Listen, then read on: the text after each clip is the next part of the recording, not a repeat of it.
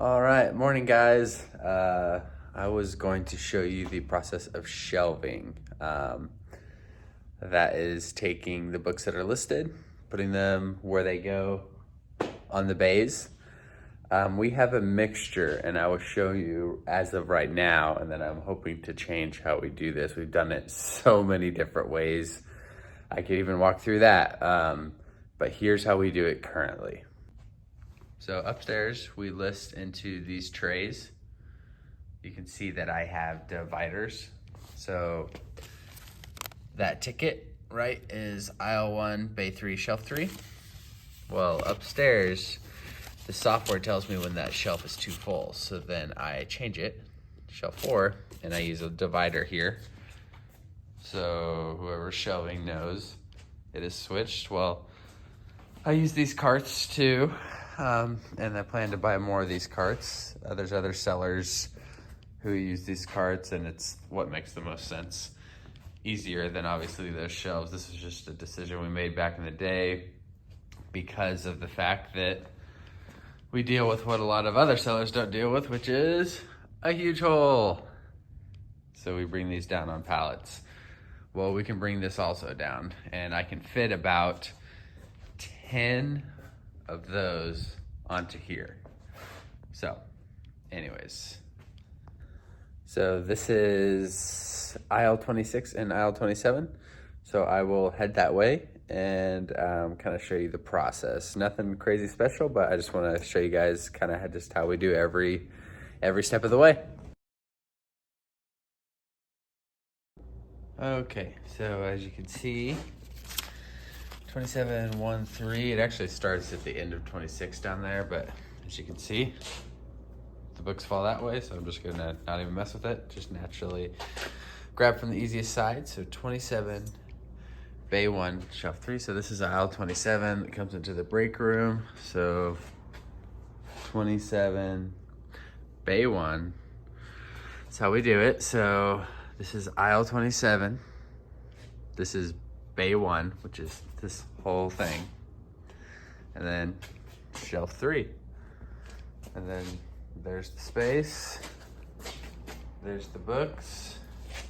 So yeah, nothing crazy special about it, but you know, I tell employees we have these bookends right here, so I just push the bookend, come over here. Obviously I want it to be grabbed in order of the ticket.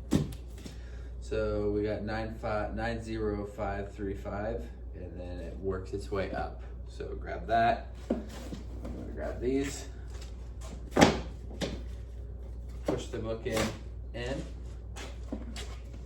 Now I teach them to make sure that the next one actually is the next shelf. Sometimes the software will let me know the next shelf is too full, and so I'll skip to the next one. So it's just all like these little things you have to pay attention.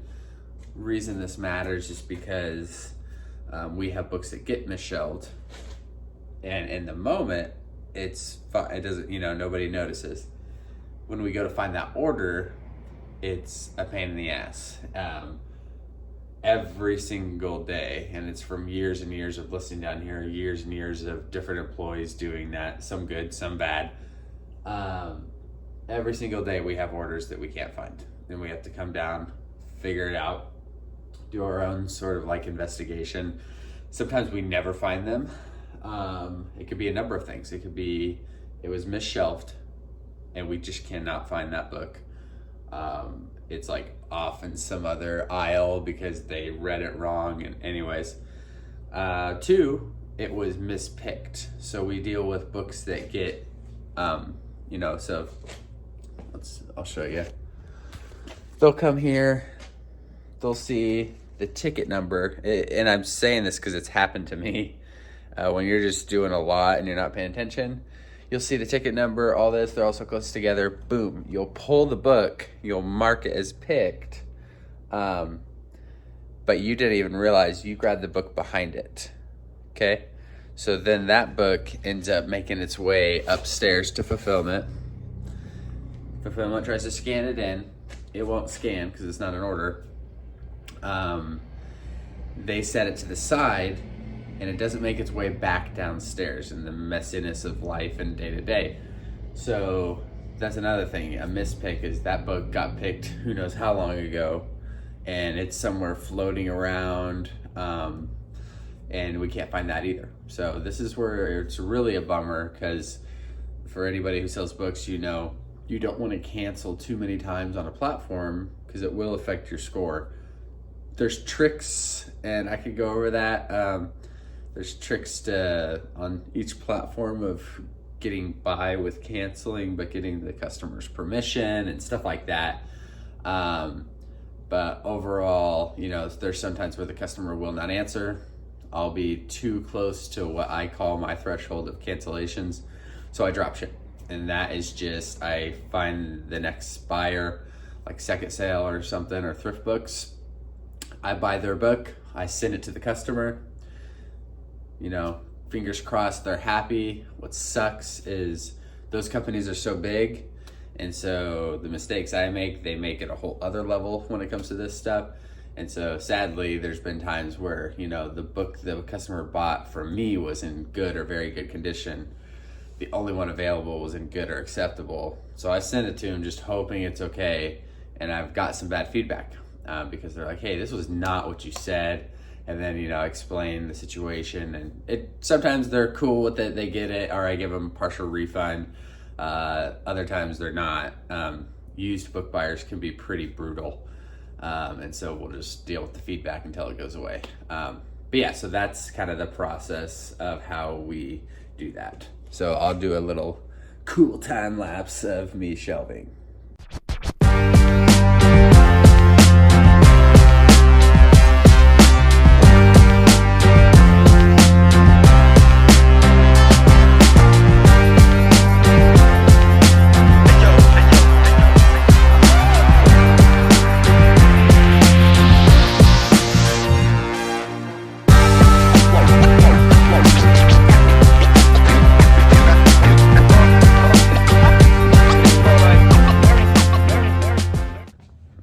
So that was the shelving process. As you can see, some of those shelves took me longer than others. And it's kind of a testament, and it's not just my fulfillment team, but it is a lot on them. So Daniel, if you're watching this, talking about you. But everybody who comes down here to pick is guilty of picking one, shelf falls apart, but you're in a hurry and you just want to get the order up, so you just move on. So an example is, you know, a shelf like that. That's not even that bad. But I could find one if I walked around long enough. But basically, a shelf that collapses into itself. The books are going both ways, falling into each other and looking like that. And you just got to fix it before you put more books on, or it's going to be a nightmare. So if there ever was a testament to do it right the first time, see, this struggle is too. So anybody who's watching my videos, learn from our mistakes. We should have never bought these, but we didn't know what we were doing.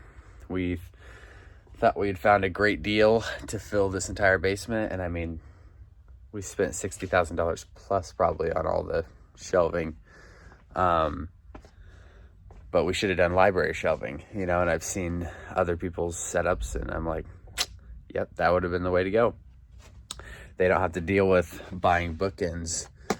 You don't know how expensive those are until you have to buy hundreds. So yeah, that's kind of that's what we did. We went this route to be able to list to both sides.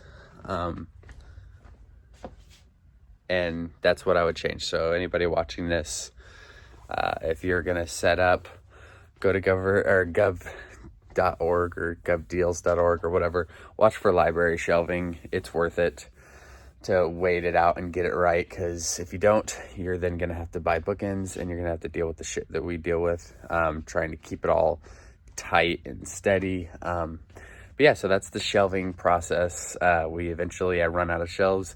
I either have an employee help me do that, or if they're all busy, I run down and do what I just showed you. So that's that process. Thanks for watching.